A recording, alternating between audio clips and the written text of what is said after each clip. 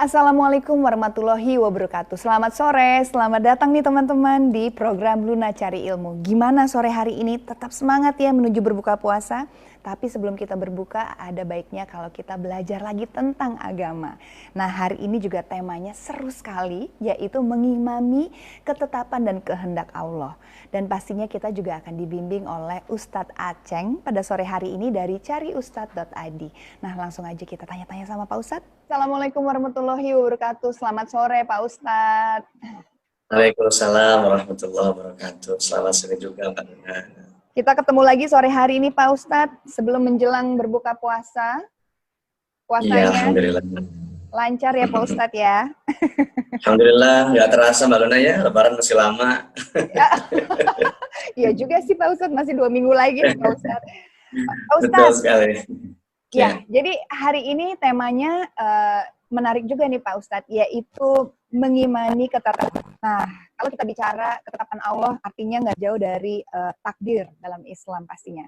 Nah, boleh cerita sedikit atau jelaskan ke kita-kita ini Pak Ustadz, makna dari takdir dalam Islam itu seperti apa Pak Ustadz? Baik Mbak Luna, terima kasih untuk pertanyaan yang luar biasa. Jadi berbicara soal takdir, kita tidak bisa melepaskan diri dari dua term atau dua istilah, yakni qadha dan qadar Mbak Luna. Jadi bahasa lain dari takdir itu adalah qadha dan qadar. Nah, qadha itu sendiri adalah kehendak Allah yang telah wujud sejak semula. Dalam istilah Islam dikatakan sejak zaman azali. Zaman azali itu adalah zaman sebelum Allah menciptakan apapun yang berkaitan dengan segala hal yang akan terjadi. Jadi saya dan Mbak Luna saat ini bisa belajar bersama, itu sudah ada dalam ketetapan Allah pada zaman azali. Begitu. Jadi dimulai dari hal yang paling kecil sampai hal yang sebesar-besarnya, itu semua sudah ada dalam qadha-nya Allah. Sementara qadar, Mbak Luna, itu adalah perwujudan dari Allah menyangkut hal-hal yang dicakup oleh qadha tadi. Jadi kalau qadha itu semacam perencanaannya sejak zaman azali, kemudian qadar itu adalah realitanya. Nah, takdir itu kira-kira demikian. Jadi apa yang terjadi pada kita saat ini tidak melulu persoalan rizki, jodoh, dan kematian, tapi segala sesuatu, Mbak Luna, segala sesuatu yang terjadi dengan diri kita itu tidak lepas dari takdirnya Allah. Demikian, Mbak Luna. Dan kalau kita bicara tadi adalah dimulai dari yang kecil sampai yang besar, apakah takdir itu bisa dirubah atau kalaupun dirubah dengan cara seperti apa tuh Pak Ustadz? Jelaskan. Baik, Mbak Luna. Jadi dalam skala makro, skala yang makro, apa yang terjadi dengan kita seluruhnya dan sepenuhnya adalah atas takdir Allah. Namun, hal ini tidak berarti kita harus berdiam diri menunggu takdir apa yang diperuntukkan Allah untuk kita. Ibarat rezeki, Allah sudah menjatah kita rezeki, tapi kita juga perlu menjemput rezeki itu. Ibarat jatah air, kita sudah kebagian jatah air, Mbak Luna. Namun kita juga perlu memasang peralon atau keran yang mengalirkan air ke rumah kita. Nah, hal ini juga terjadi pada zaman Sayyidina Umar. Dulu Sayyidina Umar pernah datang ke satu wilayah di daerah Syam. Ketika beliau hendak masuk ke kota tersebut, maka beliau mendengar kabar bahwa ada pandemi atau wabah di Syam pada saat itu. Dan Sayyidina Umar memutuskan untuk pulang kembali. Ada orang yang kemudian bertanya, "Wahai Amirul Mukminin, kenapa engkau lari dari takdirnya Allah?"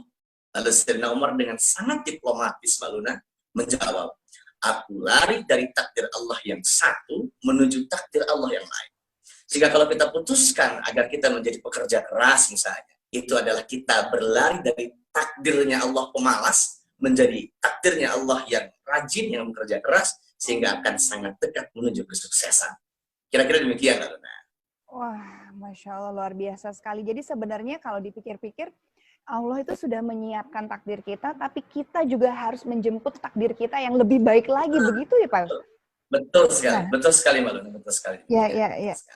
Sekali Pak Ustadz. Nah kalau kita berbicara soal sekarang ini di situasi pandemi seperti ini, apakah ini bisa dikategorikan atau dimaknai dengan takdir Allah juga nggak sih Pak Ustadz?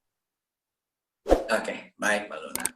Allah Subhanahu wa Ta'ala di dalam surah Al-Hadid ayat 22 firman, ma asaba min musibatin fil ardi wala fi anfusikum illa fi kitabim min qabli an nabra'aha inna dzalika 'ala Allah yasir.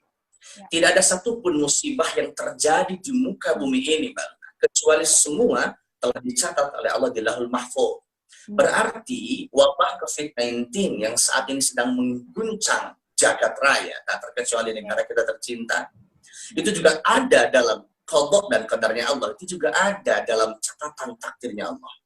Meski demikian, bukan berarti kita kemudian berpasrah dan berdiam diri, menunggu takdir itu datang menjemput kita, menunggu corona itu datang menghampiri kita. Tidak. Kita bisa berupaya menghindari itu, dan upaya kita menghindari itu adalah sebagai wujud lari kita dari takdir yang tidak baik menuju takdir yang baik.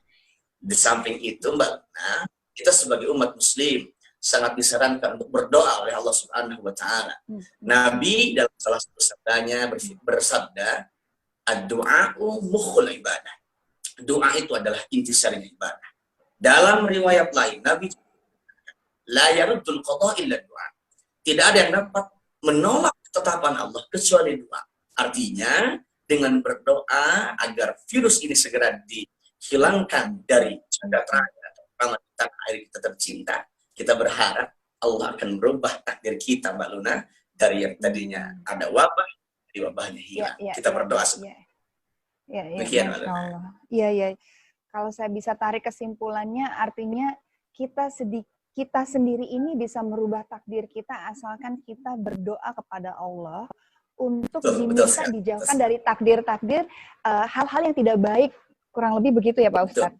Jadi untuk menjemput takdir yang lebih baik lagi. Jadi buat teman-teman juga di sini jangan putus asa, jangan putus semangat, dan nggak boleh berpasrah, tapi justru kita harus tawakal dan berdoa, harus benar-benar berusaha, dan salah satu contohnya adalah stay at home.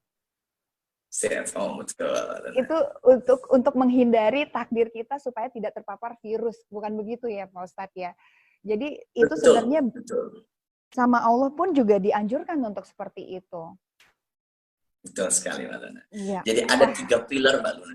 Ya. Jadi ada doa, ada usaha, dan ada tawakal. Jadi jangan pasrah dulu, berdoa dulu, berusaha dulu, baru pasrah kepada Allah. Demikian. Benar. Dan apapun hasilnya, yang penting kita udah berdoa, udah berusaha, udah tawakal, dan kita lihat hasilnya seperti apa, dan kalau memang diberikan yang terbaik, ya kita terima dan kita pasrah dan kita ucapkan alhamdulillah kepada Allah dikasih apapun itu. Tapi jangan pernah malas dan harus berusaha baik-baik. Wah, ini menarik sekali Pak Ustadz. Wah, terima kasih nih Pak Ustadz, saya belajar lagi nih. Ternyata berbicara soal takdir itu kadang-kadang terdengar seperti berat, tapi ternyata dengan usaha yang tadi Pak Ustadz cerita, berdoa, kita bisa menjemput takdir kita ke arah yang lebih baik. Wah, terima kasih, sore hari ini saya belajar banyak lagi Pak Ustadz. Kita ketemu besok lagi Pak Ustadz. Sama-sama, Mbak. Berbeda pastinya. Selamat menuju berbuka puasa Pak Ustadz. Assalamualaikum warahmatullahi wabarakatuh. Selamat sore. Selamat sore. Nah, itu dia tadi belajar kita di sore hari ini, dan dari apa yang Luna pelajari hari ini bahwa memang apa yang terjadi hari ini ketetapan dari Allah Subhanahu wa taala. Tapi bukan berarti kita harus berpasrah diri, tapi kita harus berusaha, berdoa, dan mengejar takdir yang lebih baik lagi pastinya. Oke, mudah-mudahan teman-teman juga belajar, dan mudah-mudahan teman-teman juga merasa ada hal baru yang teman-teman bisa petik dari obrolan kita di sore hari ini. Dan saya pengen ucapin terima kasih yang sudah menonton. Selamat menuju berbuka puasa, atau sudah berbuka puasa? Belum? Sebentar lagi ya. Sabar. Selamat berbuka puasa, dan assalamualaikum warahmatullahi wabarakatuh. Sampai jumpa besok.